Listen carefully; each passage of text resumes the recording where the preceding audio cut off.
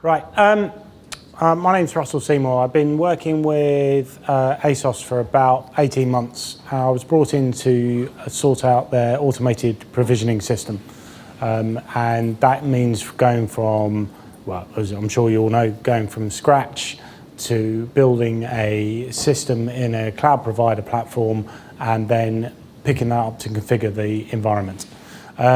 Currently, the environment is manually built, as Ian said, about a week and a half, I think, is through tech services. Our initial test of what we've put together is about 3 hours. The test environment that we're talking about is 8 boxes, 2 web servers, which has 2 web servers, 3 SQL servers of SQL Windows 2008, 2008 R2, and 2014 now. And we're beginning to get that down to about 3 hours completely automated. So what we came up with was part of the overall provisioning service system was POSHChef. And I'll talk a bit how we got there.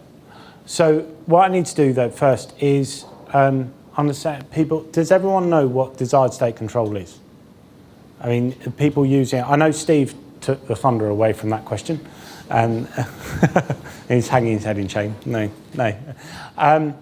So desired state control, just quickly go over it, is Microsoft's way of saying this machine needs to have this configuration. It's idempotent, but it doesn't have very good management tools over it. So unless you're going to sit down and work out through loads of pages of this is how you configure it, there is no UI, there's nothing to do with it, it's all over PowerShell. So there's a management tools gap, basically.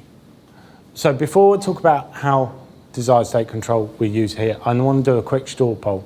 Who uses Chef? Hands up, please. Okay. Who attempts to use Chef on Windows? Okay. And then finally, who's used the DCSE resource in Chef on Windows? No one. Okay. One of the things we did, we went through some stages of working out how we could use Chef on Windows. And we wanted to use DCSE. DCSE is a nice, well, nice isn't the right term, but it's a very good way of making an idempotent system under Windows. It's got lots of features that are very similar to Chef. You can have resources, you can build them up yourself. It does make an idempotent system. The problem is, as I said before, there's no management tools. Wanted to use Chef without the Ruby overhead. Now, by that I mean that when you install Chef, even if you use the Omnibus installer, you get Ruby with it.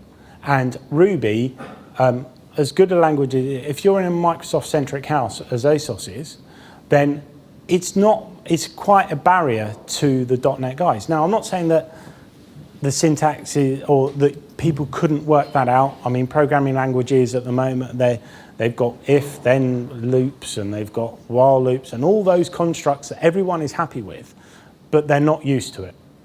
So we didn't want the overhead of the Ruby on the box. We've got a perfectly good scripting language. It's called PowerShell. It's built into every single Windows system. Configure machines using the Chef paradigm. Now, if you're using Chef, Chef has 2 stages. It does a compilation of the work it's about to do, and then it executes that work. So, and that's exactly how DCSE works. You give it a set of configuration, and also known as recipes, and it boils that down to what's called a MOF file, Management Object Format file. And that is what DCSE runs through. And that goes through and says, okay, have I got this Windows feature installed? Have I got this bit installed? Have I got that set up? And by setting that up, DCSE will actually check a lot of the idempotency for you. So it fits very nicely into the chef paradigm. So you've got the node attributes, you've got the environments, you've got the roles. And one of the things, again, we want it to be automated, reliable, consistent, and repeatable. Now, even if that means that somebody's got it wrong, at least all your boxes are the same wrong. I mean, it might not be what you want, but at least you know you've got consistency there. One of the issues that has happened in the past is that whilst there are procedures in place at ASOS, the boxes, through different updates, through whatever they have, end up being a different box.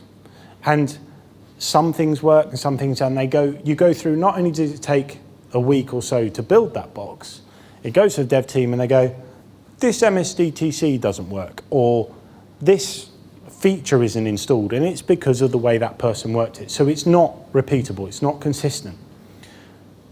So we needed something that would make that consistent. So we came up with some ideas. DSE has a system called a push server. Push server is a single box that has all the resources, PowerShell modules, and everything that DSE would need to run on every box, and you can tell that box to push those things out. Again, though, there is absolutely no management tooling. You've got to know all your PowerShell commands, which is great if you know PowerShell and you're really into it. But there is a bit of a barrier at the moment. Bespoke PowerShell solution. Now, that was another idea we could have gone down. Anyone heard of something called Saki? A few of you have heard of Saki. Steve's heard of Saki. It's a way of describing a workflow is probably the best way of describing it, to describe a set of things that you could you want to happen on that box. And then finally, we've got Chef. It's got the idea of attributes, environments, roles, and we've got DSE, which has the idea of compiling something and then running it. So actually, the two worlds are really close together. So we ended up creating what is now POSHChef, and you'll see later it's on GitHub, but we've open sourced it. One of the reasons is that we did this. It's not because Chef is bad. Chef is brilliant. I use Chef all the time. I use it on my Linux kit and my last client. And it's just that it's got additional overhead.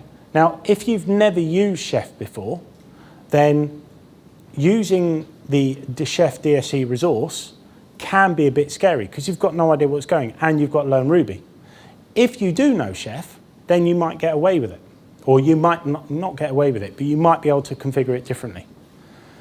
The other thing is that Chef DSE resource, which, because they have the same ideas and providers and things like that, is not as easy to pull in third-party resources. You have to manipulate them and do stuff. The whole point with integrating Chef and DSE is that you can drag in third-party DSE resources, which are coming out, and Microsoft are bringing out more and more. There's a GitHub repository, I can't remember the URL, but there's Stack Exchange are contributing to it, other companies are contributing to it, and it sets up your environments. You drag them down and you can use them within other systems. So we went with the integrate Chef and DSE. So what are the features of POSHChef? Now, I won't make any bones. POSHChef follows Chef client. There is no bones about it. The idea was that the Chef server API was built first. That's what it was on all the web servers and all the web management and all of everything that sat on top of the API. So this talks to the server API directly, which is documented on the Opscode site. Well, not Opscode anymore, sorry. It's chef.io now. So it brings attributes, cookbooks, and roles to DSE. It fills the DNC management gap. So now you can use a Chef server, whether it's Chef 11 or Chef 12, which is hosted Chef. You can go to the management console and you can say, I want this recipe to run on that box. Now, you might be asking, okay, Chef has a structure, and those recipes in Chef, if you follow the structure, the recipes have to be Ruby files. And when you upload those files, Ruby goes, that's not a valid Ruby file. Because there aren't many people using Chef here, I won't go into the details too much, but basically there is an area that it will just upload the files that you give it without any check. And that is how we've got POSHChef to have an augmented cookbook structure. So the idea behind that is that you could download a community cookbook, for example, that installs Elasticsearch.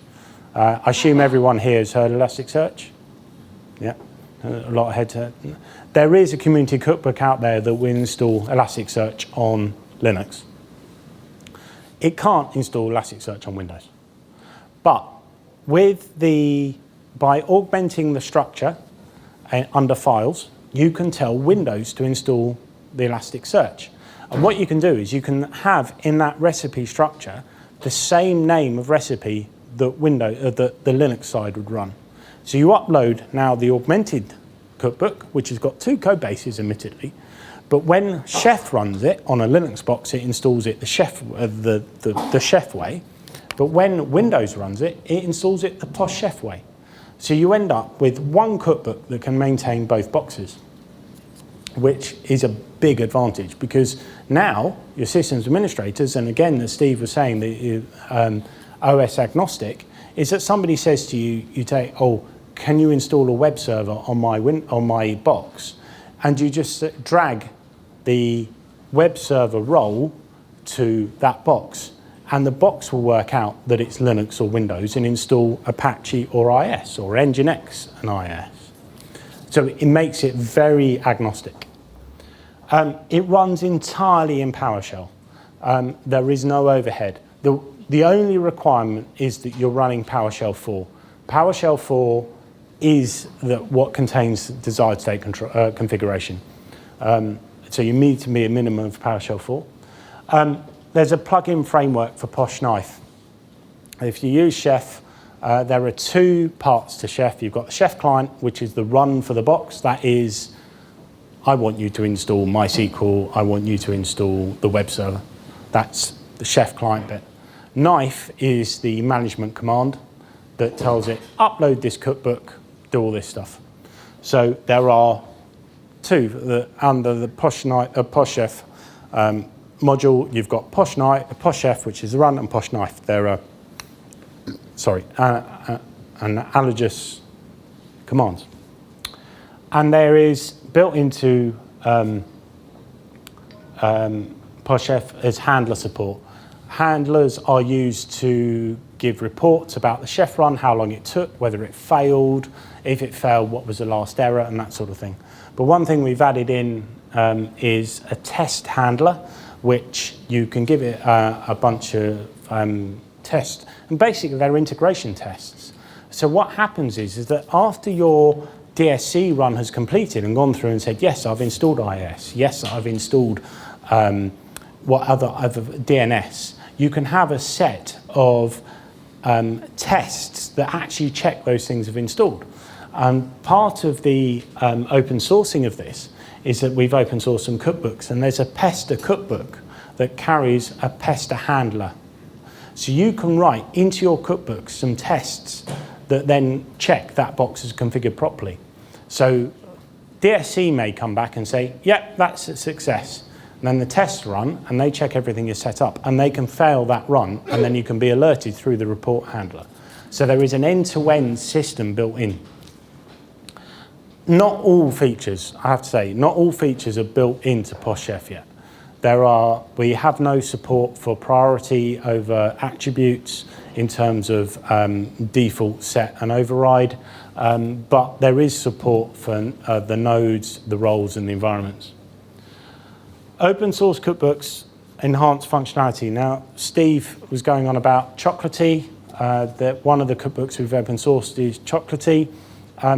If anyone's interested after this, I've got a demo which I can go through that shows how you can use a very simple recipe to install Notepad++ using Chocolatey.